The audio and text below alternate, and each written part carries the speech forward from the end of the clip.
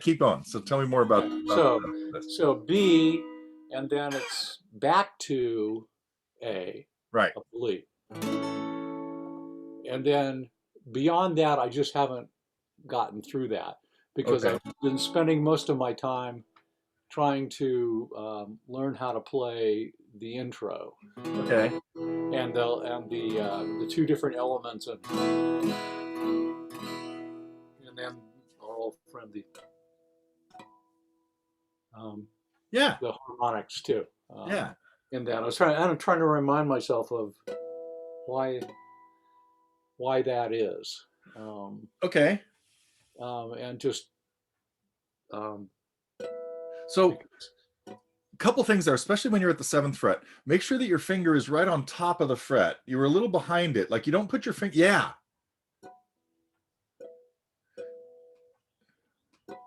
Yeah. You hear that? Hear how it's better? yeah, Yeah. yeah, yeah, Um, yeah, yeah, yeah. yeah, So yeah. you got to make sure you got to use the fret as the mark. You don't hit a harmonic where you would put your finger behind a fret. It's got to be Right, exactly on the fret. right on the fret. Yeah. Okay. Why does to my ear when I hear these, why does the seventh fret sound higher than the 12th fret? Okay, put on your physics cap. but Okay. but no, a brief rundown of harmonics is that when you play the way a guitar works, the way any string instrument works, you've got a vibrating string for a certain length, Right. and when you press down at a fret, you shorten it, Right. and that raises the pitch, Right. right? But now Right. if I press down like at the seventh fret, just as an example, so now the string is vibrating from the nut to the fret. To the And the fret. reason, and if I'm on top of the fret, some of my finger that part has to be vibrating, right? For the fret is the end point of the vibration, Yes. right? So if you're a little over the fret, you're touching part of the string that's supposed to be vibrating, and you're going to slightly kill it. This is Okay. why we press down behind it, because the fret is our end point, right? Right. And you Right. can be really far behind it as long as you press hard enough so that you have good contact at the fret. Yep. Okay. Okay. So the important part about that is I now have the vibrating length of the string is this from here to here, and Yep. everything back here is dead Right. or behind the string. Okay. Right. Right. Um, but if you can picture a rope tied to a tree, Yeah. and you're swinging it so somebody could be jumping or something, maybe in loops like that. Well, you Yeah. could start snapping that string up and down and have a node. You could get it to stop in the middle and have it vibrating up, doing this in two separate Yep. halves, right? Yep. I know what that. Yeah. That's what a harmonic is. When you touch the string at the 12th fret, you're cutting it exactly in half. And so now I have two vibrating parts from here to here and Uh-huh. from here to here. Okay. And the harmonic, the note, the fret is the node that is not vibrating. Okay. Okay. And so what I've done is I've effectively cut the string into two halves that are the same length. And so like if this is why if you leave your finger on when you play a harmonic, it's going to die pretty fast because just the little motion of your hand, your heartbeat, even still staying in contact with it, Yeah. it contributes to killing it. So Okay. one of the best things to do with a harmonic in the first place is touch it and get off it right away, and then it'll ring as well as it can. Okay. Okay. And when you cut the string in half, it doubles the frequency of the string. Okay. Okay, that makes sense too, right? From the Yeah. physics side of it, right? Yep. Okay. Yep. Yep. Well, and so there are multiple places. I'm going to move to the sixth string because it'll come out a little bit louder and clearer. So when I hit the 12th fret of the sixth string, what I've done is cut it exactly in half. And so I'm actually playing a note that is an octave. It's the same note I actually have at the 12th fret. So the 12th fret harmonics are the same as the fretted note at the 12th fret. Uh-huh. Okay. Well, if I'm snapping that rope and I start snapping it faster, I Yeah. might be able to get it to stop in two spots and vibrating in three. Okay. And that's what's happening at the seventh fret. The seventh fret is exactly a third of the length of the string. Okay. And so the harmonic at the seventh is 3 times the frequency of the open string. That's why it's a higher pitch. Aha. Okay. And it also means there's another node right here. There it is. That is the same, and it's the 19th fret. The 19th. It's 12 frets past the 7th. So play the harmonic at the 7th fret first. Go to the 6th string. Okay. Oh, yeah. And then you'll get the exact same thing 12 frets higher. So it'd be 7 frets past the 12th fret. Okay. So that's 15. Yeah. 16, 17, 18, 19. Right. 19 should be probably your second to last fret. Yeah. Well, I think it's right there. Yeah. Right? Yeah. Now, the best way to get good tone out harmonics, by the way, too, is to get really close to the bridge where the string is really tight or taut. Okay. And then you can hit it pretty hard. Yeah. Hear that? Yeah. Okay. So that's the other node that is the same as the 7th fret. Okay. Oh, yeah. Yeah. Same thing. Right. So if I have the 7th fret harmonic vibrating, if I touch the string any place, it'll all die. Mm-hmm. Except I could touch it at the 19th fret, because that's not going to kill it, because that's also not vibrating. Okay. Okay. Okay. So there is a whole string of harmonics, and actually these things are called overtones. So if anybody's ever talking about an overtone, it's another frequency that is generated by a fundamental, or like a low frequency. Okay. And so on the guitar, the way a stringed instrument works is I can cut the string in half, which doubles the frequency. That just gives me an octave. I can cut it in thirds, which triples the frequency, and that gives me a fifth above that octave. It gives me like almost another half an octave. I won't go too far into all of this, but the cool thing about this is there are more.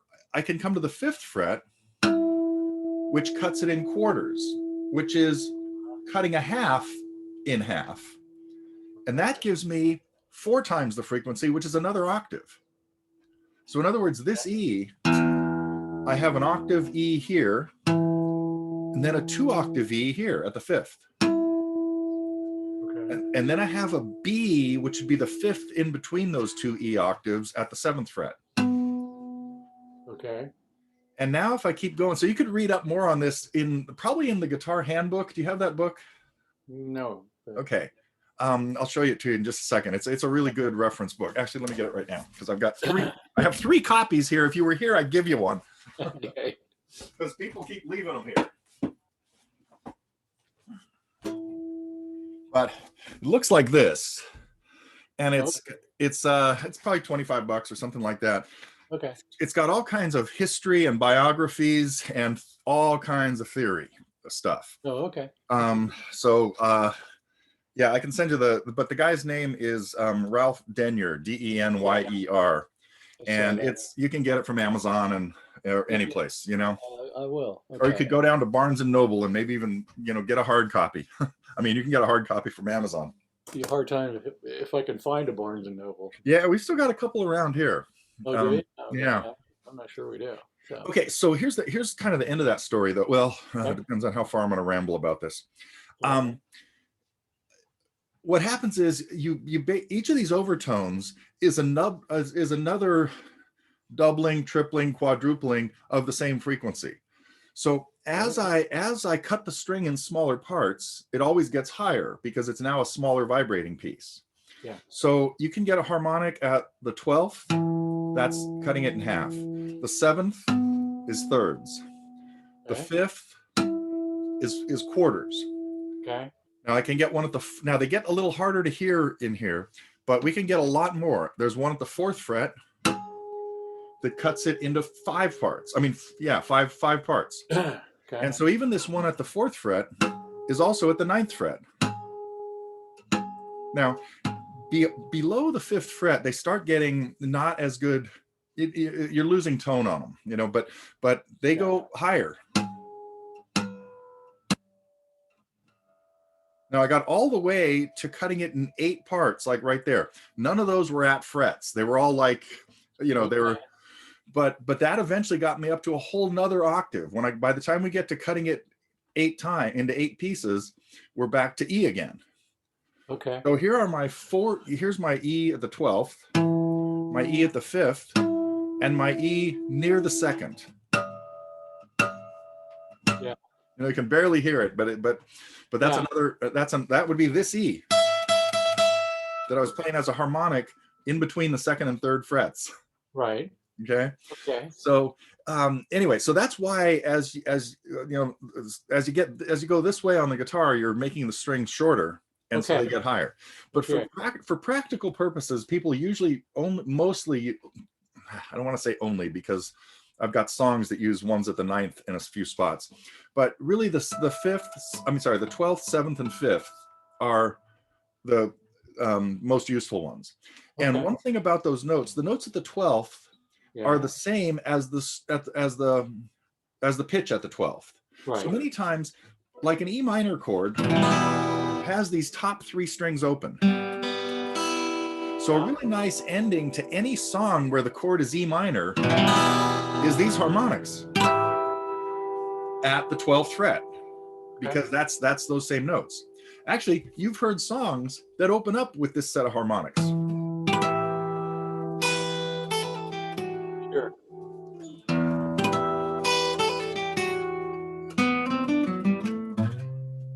Yeah. Roundabout, and From the Beginning, the Emerson, Lake and Palmer tune, exact same thing.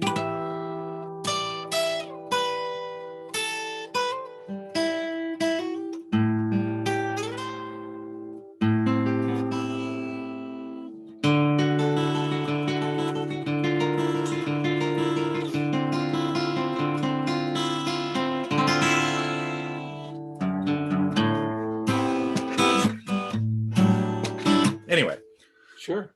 so So in the context of She Talks to Angels. okay, getting back on So track. Sorry about that. yeah, no, but I'm that's what no, this fits in perfectly. So Yeah, in the context of She Talks to Angels, um, the harmonics occur after that. Well, not and then and then it comes up to yeah, those. Okay, right. so what we're playing there, I think, is we're playing. Well, we're over here. We were playing this, which would be E sus.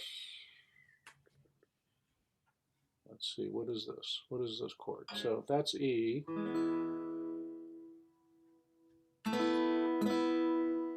Um, my education here. You're on the right track. You're Huh? heading down the right path. So what happened Okay. here? What's So going on? is this is E sus 2 maybe? Well, what No. did you change? What note did you change? What part of the chord changed? Well, I changed a G sharp to an A. And what was G sharp? What number in the chord? Uh, G sharp in the case of E is the 7th. No? No, no. It's the no, no.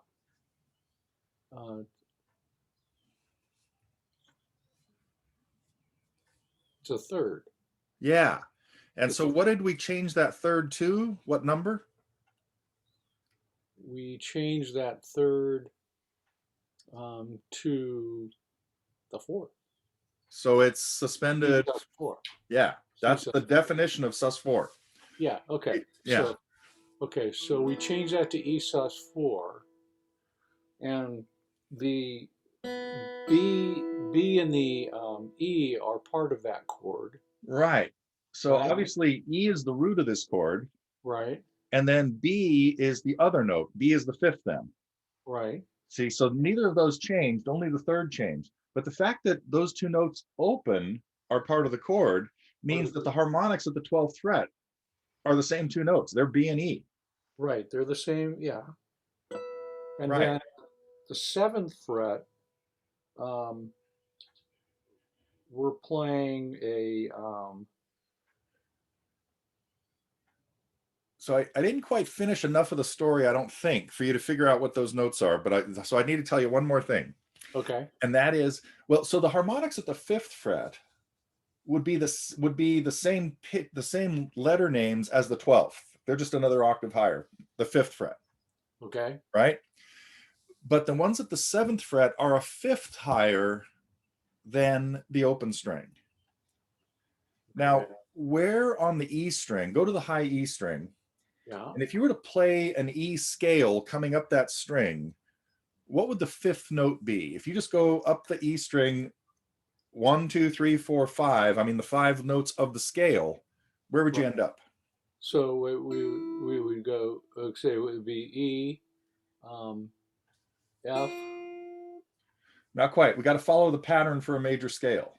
yeah, whole half, Right. whole half. So the second note would be what? Oh, it'd be F sharp, There you go. F sharp, E, F sharp, whole step, then a whole step to G sharp, Hmm. and then a half step to A. And again, that G sharp and the A, those were the third and fourth notes of our scale, like we just found when we were talking about the sus4, right? So now we're about to get to the fifth note, Right, which would be which is going to be B. right. Okay. So that note right there is B, Right.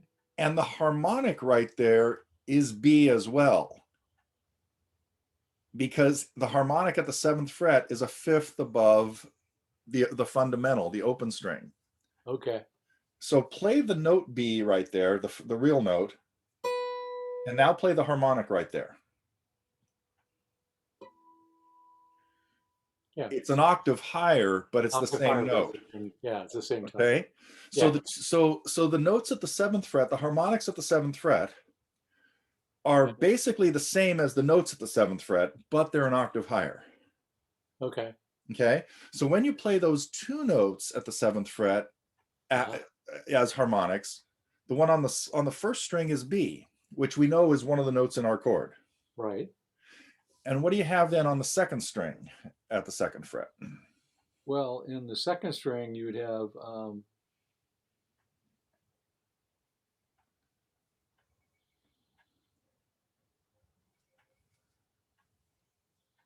let's see.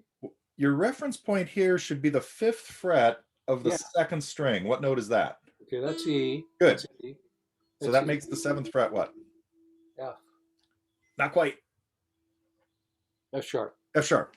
Right. Oh, yeah. F sharp. Okay. So now F sharp is not a note in an E chord No. because it's the second note of the scale. Right. But hearing those, it almost sounds like a slightly different chord because those two notes are part of a B chord. If I was playing a B chord, Uh-huh. the notes in a B chord which would be chord 5 in our key, Okay. that would include the note F sharp. Okay. So those two notes kind of sound like chord 5 in our key. And if I were to play the two harmonics you played here at the 12th fret, and then the two at the 7th fret, and then maybe the two at the 5th, which is back to our notes in an E chord, that's an ending that sounds a lot like this. 1, 5, 1. Okay. Hear the connection kind of? Yeah. Yeah. Yeah. I see. Okay. Yeah. Okay. Yeah. All right. So harmonics they're really fascinating, and you can dig really deeply into doing all kinds of stuff with harmonics Yeah. by kind of understanding what pitches they are. You know what? Okay, I'm going to divert for one more thing, because not only can you play harmonics by playing these certain frets, but that kind of limits you to what notes you can actually get as good harmonics. Uh-huh. But if I wanted to get like an F, then like if I want to find this F here as a harmonic, Mm-hmm. if somebody else was pressing down here, I could press down at the 13th fret, 12 frets above where I am, and get this note as a harmonic. Okay. I could do that by using one of the fingers on this hand to stop it as a harmonic and a different finger to play it. 12th fret, 13th, 14th, 15th. So these are what are called artificial harmonics, where you use this finger like your left hand, but Yeah. you have to use your left hand to give you the pitch you need. Okay. And then you use a different finger to hit that note. Okay. There's a song you've probably heard me play, or at least talk about, a song called Bethina. I don't know, which Yeah. is a Scott Yeah. Joplin piece, right? The main melody is this.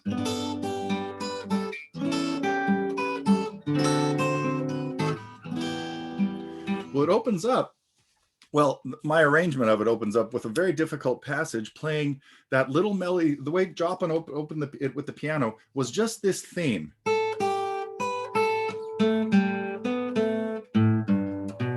Playing it in 4 different octaves, really easy to do on the piano, a little 4-note thing, playing it. Well, I needed to make my arrangement as anally accurate as possible because this is what I do.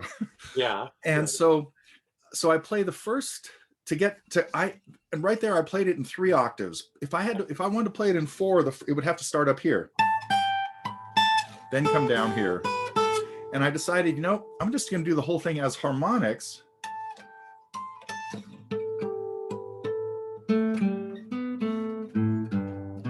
So that not the whole thing. As I got into the lower ones, I went into real notes.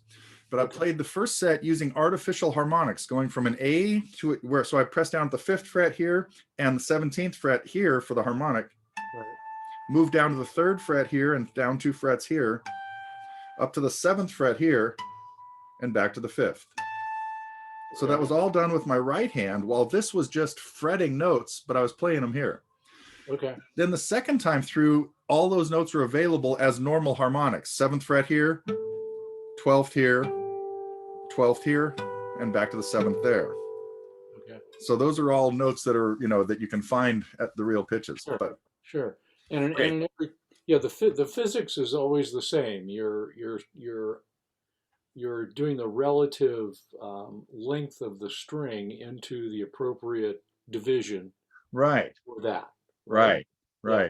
Yeah. So you move. Okay. Yeah. Okay. I get that. Okay. That's fun. So people like the guys in Black Crowes, I mean, using them at the 12th fret and the 7th is like a pretty standard, guitar trick. And and just using them like that. More accomplished players like Muriel Anderson and stuff just do ridiculous things, particularly with artificial harmonics. If you ever watch a song of hers called "View from Space," she's like the master of doing The harmonics. just stunning things with harmonics. Tommy Emmanuel's really good at it too. I'm kind of a hack compared to them, but I use them in songs.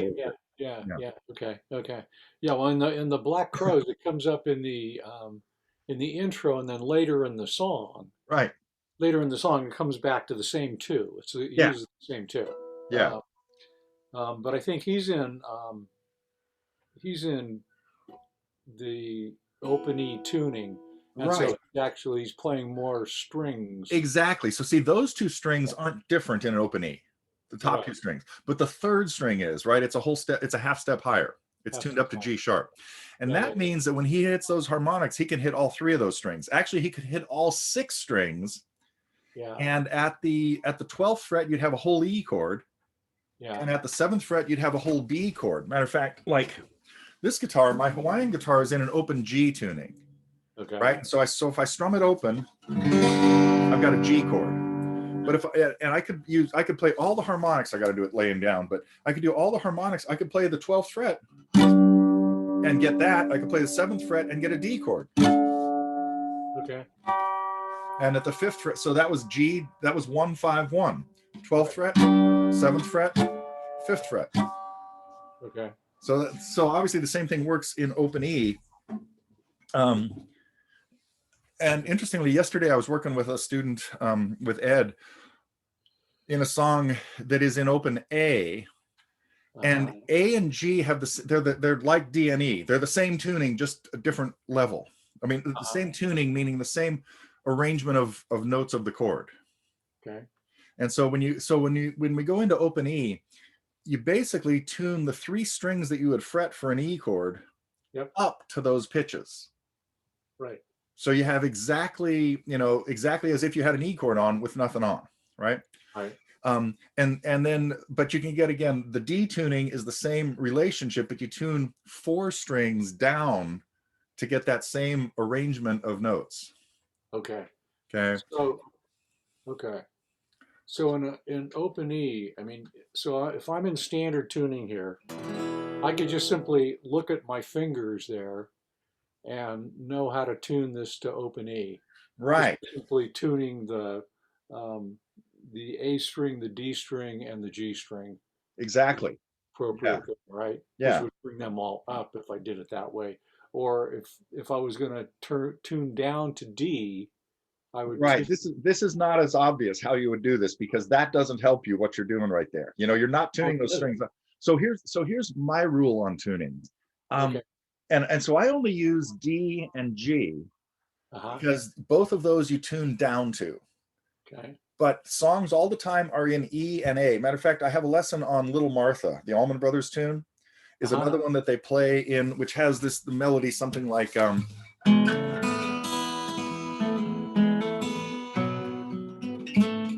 don't know if you recognize that or not, but it's Yeah. it's tough to do in standard tuning. But and in my lesson on that, and I probably do this in She Talks to Angels too. I tell the whole thing. It's like, if you want to play an E, put it in D and put a capo at the 2nd fret, and now you're there. But the rule, or the rule I like to use with tunings is, or to kind of get the point across, is that to be in an open D tuning, every string has to be one of the 3 notes of a D chord. Okay. And every note so right now you've got a few strings that are okay, Yeah. because and the same thing would be true of E, but let's go into D for a second, because you figured out how you would get to E by tuning 2 strings up a whole step and 1 string up a half step. Right. So with D, the 3 notes in a D chord would be what? Um, well, D, let's see. D is the 1. Right. F sharp is the 2, or Mm-hmm. the 3 Yeah, that's okay. is the 3. And A is the 5. So the 3 notes we need are D, F sharp, and A. Yeah. So every string has to be one of those 3 notes. Okay. So what are we going to do with the low E string?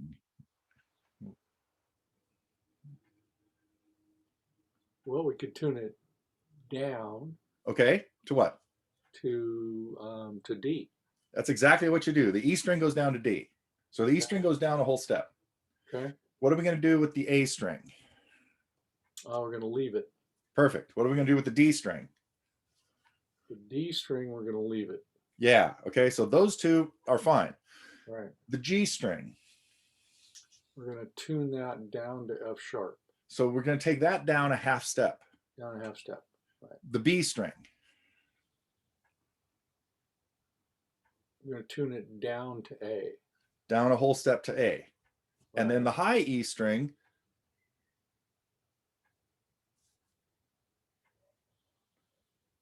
Okay. Well, we could go either way. Do we have an F sharp yet? We did. The G string went down to F sharp. That's right. So we don't want to go up. Don't want to go up. Well, we have to go down to D then. Exactly. So to get into an open D tuning, you have to retune. The A and the D string are fine. Yep.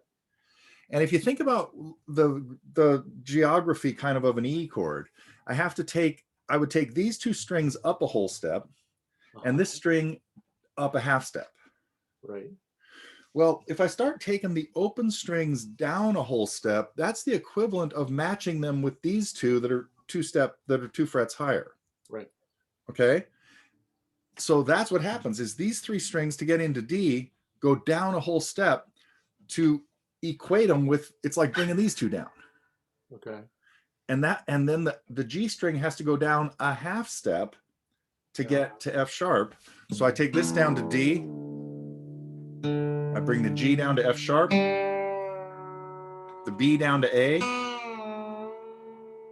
and the E down to D. Okay. Now I have a D chord.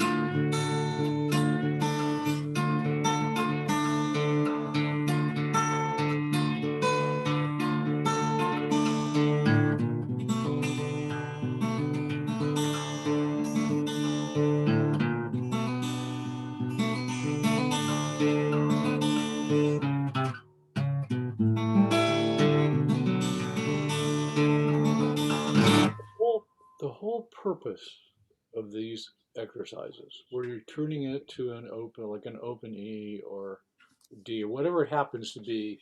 The whole purpose of that is to make it playable, more playable. Generally, the chord shapes um, are easy. That a lot of times there's only 2-finger chords or 3-finger chords, and you only use 2 or 3 different shapes in different places.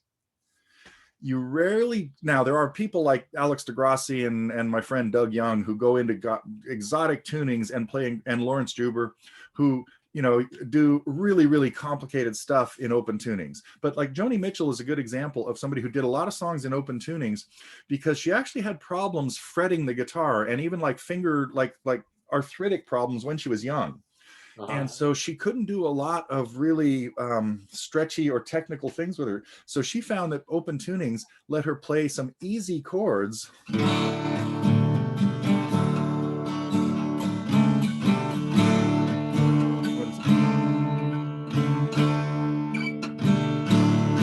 There, like a lot of chords you could play in open D or open E, again, D and E are the same thing, you just need 2 notes. Like I could change basically from a D chord to chord 4 by putting 2 fingers on, and to chord 5 by putting 2 fingers on.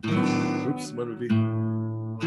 There it is. So, so yeah, a lot of stuff in open tunings is not, the chords are not complicated, but they're all different, you know, and you don't use a lot of them. So, so open tunings can be, they have a very cool, distinctive sound, but they're a little bit limiting too. So on one hand, they're expanding. You can do stuff in open tunings that you can't do in standard tuning as well. Right. And usually it's not as complicated.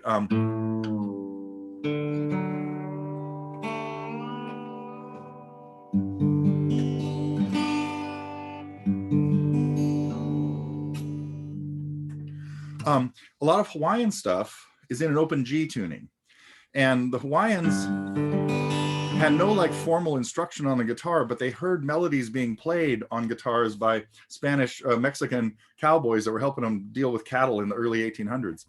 And they just tuned the guitar to something that sounded pleasant, like this, not necessarily even realizing it was a chord. And then they would just try to play melodies they knew. Very easy with the left hand.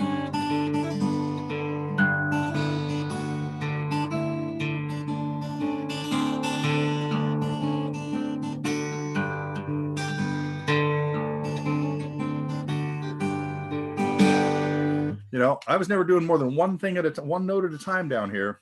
Right. With that, you know, and so I just went into open G, which is the standard, one of the most common tunings they use in Hawaiian, what they call slack key. And the term slack key comes from lowering strings to a lower pitch, and then having it tuned to something that makes it easier to play certain things, but it'd be really tough to play like a Bach piece, like, you know. So standard tuning gives you the most range of versatility, but you can't get the sound of having all the strings tuned to just 3 notes, the richness of the way everything resonates in an open tuning. Okay. Well, I'm sure we could talk about this all day. We're going to get to one thing here on Cheetah. Okay. But the last question then. You couldn't emulate this on a piano then, right? Yeah, the piano has nothing equivalent to changing the tuning of a guitar. Right. Yeah. So see, like with a piano, you have complete access to all 88 notes at all times. Right.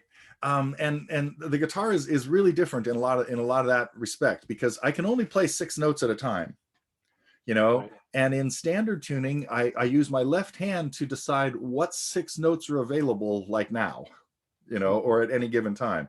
And then when you go into an open tuning, you tend to use open strings a lot. Like you can see what I just played there. Most of everything I played was open. I could have done that whole thing with one hand. Now this is also really useful for, excuse me for just a second. Like you saw my Hawaiian guitar there a second ago, but people that play bottleneck use this same tuning.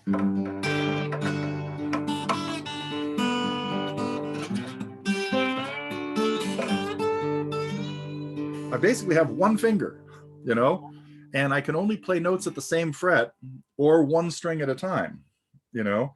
But so I use a lot of open strings. And this is a whole chord. I've got the bar, the bottle neck across all the 5th fret, which gives me chord 4 and chord 5 at the 7th fret. And then all the melody I played there, all the strings were open except I was playing just the 1st string. So when I'm just using the slide here.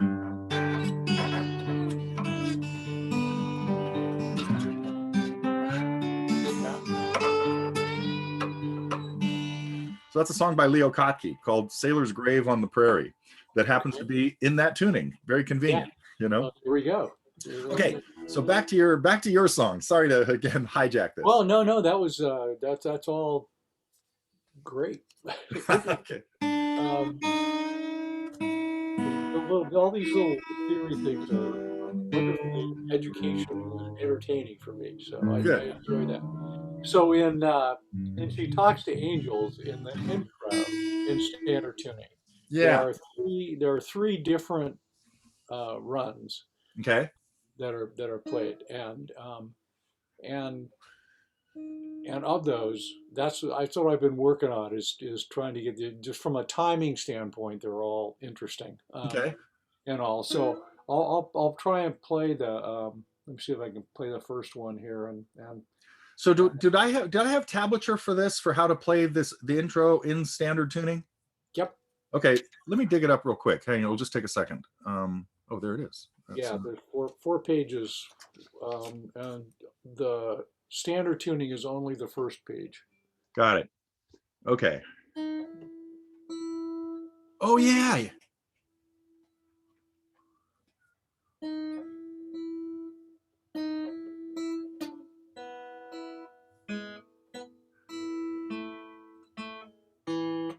Oop. Yeah. Yeah, do that again. Let me see it again.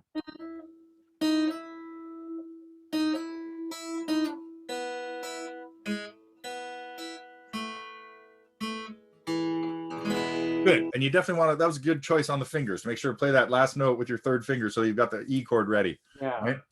Yeah. Okay. So that's the timing there sounds pretty good. I mean, I think you understand. I think you've got a good Yeah, idea. that one I've got. That one I've Okay. got. Let's look at the next one. Okay, the next one's a challenge. Actually, go to the last one. We'll go to the last one, then come back to the next, the Okay. second last one. Okay, so the last one, which starts on well after, let's see, well it comes from You're right. You just strummed an E chord again, right? yeah, it comes from an E chord, and then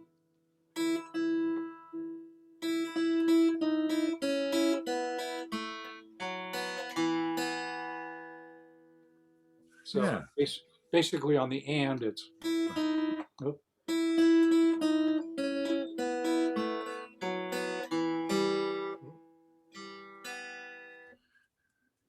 Yeah. You know what? Yeah, what I was going to suggest is if you're doing that with a pick, you might use a finger to play the high note. Just use the pick on the one note and then use your middle finger to play the open string. oh, really? Yeah. Or even your ring finger, but try it with your middle finger. Okay. Okay. Okay.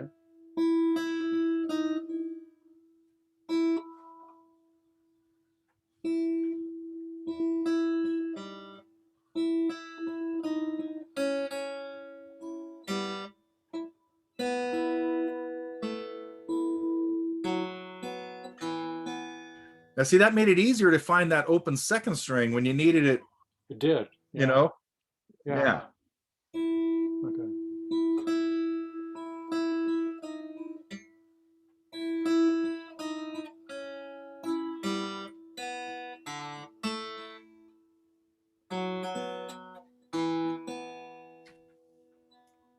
Makes it harder down there.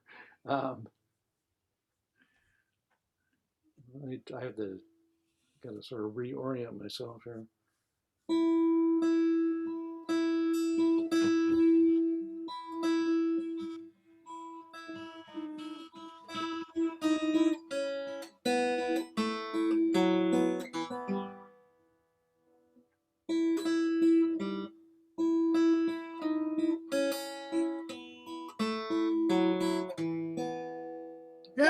Yeah. See, with just a little bit of practice, that'll Yeah, feel okay. yeah. It's yeah. I can see that. Yeah. Yeah.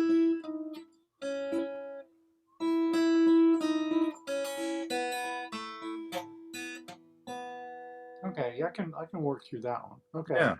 That so technique, that technique is pretty common.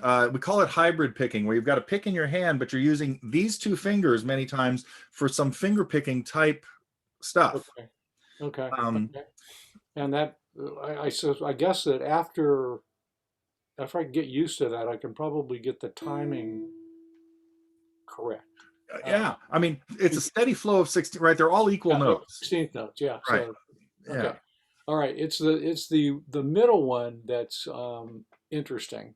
Um, Right. The one on the third line you're talking about, yeah, right? one of the third line there. Yeah, which again it comes from an E chord, uh, Right. and so that the first okay. So then it comes from an E chord, and then there's the slide. Right. Um, okay, here I've been picking this. Okay, so Yeah, you know what? I would probably use the pick for that one. I don't know that I would necessarily go like what you like. I wouldn't necessarily. Well, I don't know. Let me think about this. Yeah, I think I'd use the pick for all of these because it'll help you keep the timing. I gotta get better. After going in and out of those tunings, things are terrible here. Let me get. But go ahead, try it again. okay.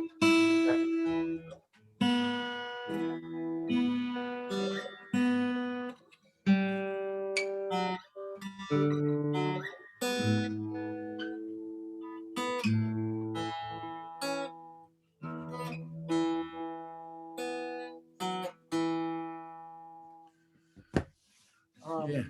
Right from the beginning, the slide from 4 to 6. Um, Yeah. should I be doing that with my fourth finger? Because I don't.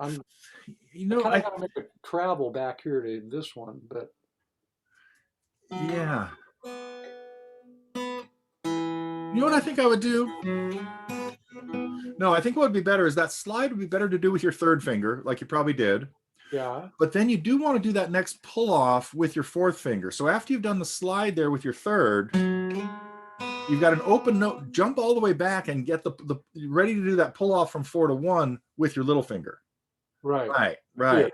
Yeah, yeah, okay. And then when I do that, um, yeah, this is a pull off. yep.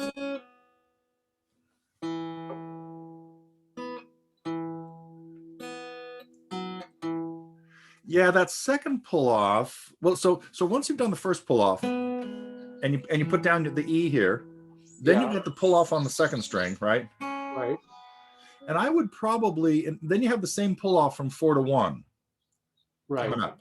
I right. would probably let go of this E to make sure for that pull off to be clean again. Okay, okay, Okay. I think you're gonna kind of handcuff yourself trying to do that pull off and keep the E on. yeah, Right. okay. Oop. Okay. Okay. So Because then the move is also the same. You do the pull off from 4 to 1 and you put the E on right behind it. right. I think that happens both. That's exactly what happens both times, right? Yeah. Yeah. Yeah. Yeah. Yes. Yeah.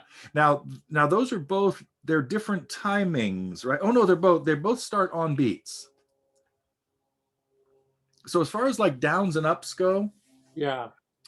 the first pull off is on the and of 1, right? Yes. So Uh, because we've got the eighth note. The first eighth note is like tied from the previous measure. right. Okay. So whenever you have a block of 4/16, you'd be going down on the first and third and up on the second and fourth, right? Right. So that first note we play is the equivalent of the third 16th because we had an eighth note before it. Right. So that's a down, That's a down here. Yeah. right? Yeah. And This is the then no. So that's the first 16th now too. That slide basically counts as a down and an up. Oh, but wait a second. This may not be important. Let me think about this. Yeah, hit that open string as a down. because it's the first of a block of 4/16. Okay. Although it's again, it's an eighth and 2/16, right? Yeah. Which means the second note you're going to play, the 4 that you're going to pull off, is also a down. Right. Okay. Okay. And then Okay. then the pull off counts as like the missing up. Yep. Okay, now we're into the next block of 4, and that E on the second fret is obviously a down. It's the first one, right? Down. But now to keep the timing smooth, that note you're about to pull off has to be an up. Yeah. And then the next one is an up too. When you're going to go back to the E. Because, yeah, did you get that as an up? I didn't see. Yeah, okay. Because see, it's the 4th, 6th, 10th, and now the next 4 is an up. Sorry, is a down again. Yeah. Oh yeah, and then we have 2 more notes that are really part of it that are going into the next measure, right? That are going to be consecutive downs because they're eighths. Yeah. Yeah. Okay. So it's Just yeah. what am I doing?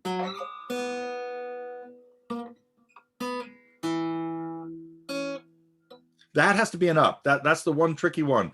That and the other your other 2 fingers should still be on. Okay. When you do that pull off, don't let it, because it's real easy. You don't have to move your hand here. Just go get that note at the 2nd fret with your 3rd finger. And now take that off to go do right. Okay. And then I think there's a quick up there. And then the last 2 notes are both, yeah. Now down, down. Okay. For some reason that wants to hang as a down. Okay.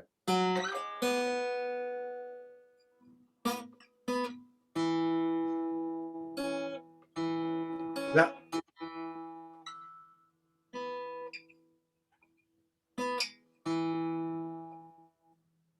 And it's very quick. You have one more up. You have one more up after that note. You have the open 2nd string coming up. Oh, after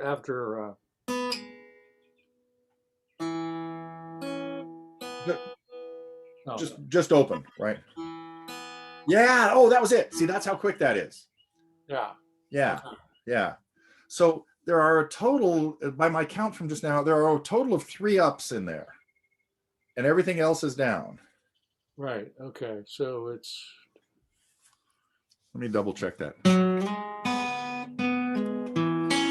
That's the first up, and that's that. So you got to get really quickly. That's the 2nd fret on the 2nd string, right? We have. And there was the second up. So the first up was the C sharp that we're doing the pull off on. And because of that pull off, the next E is an up too. And then we have the pull off again, which is a down, and a down on the E, but then a quick up on the open B. Right. And then we've just got the last 2 downs into the next measure. Okay. Okay. So we have it's.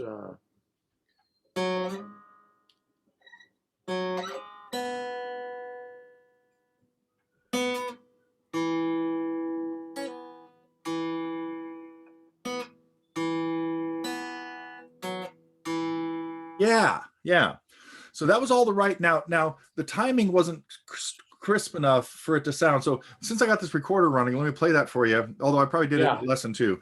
But so let me see. We come out of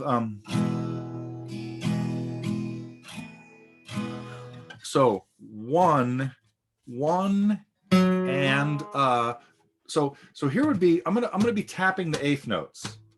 And I'm gonna tap on beat 1, but I'm not gonna play on beat 1. So just that measure going into the next measure would be 1. Let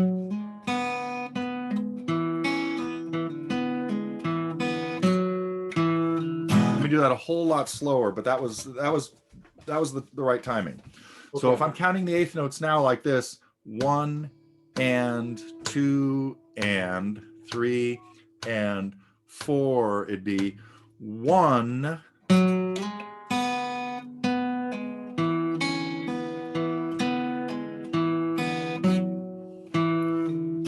then that strum I played was on the second beat of the next measure. Other next measure. Yeah. Yeah. Got it. Okay. Okay. You think you could take it from there? I'll be working on that. Okay. Yeah. Okay. Yeah. Okay. Good. That's a really good project. I'm glad you stumbled into that. Okay. Oddly enough, I can stop the recording now.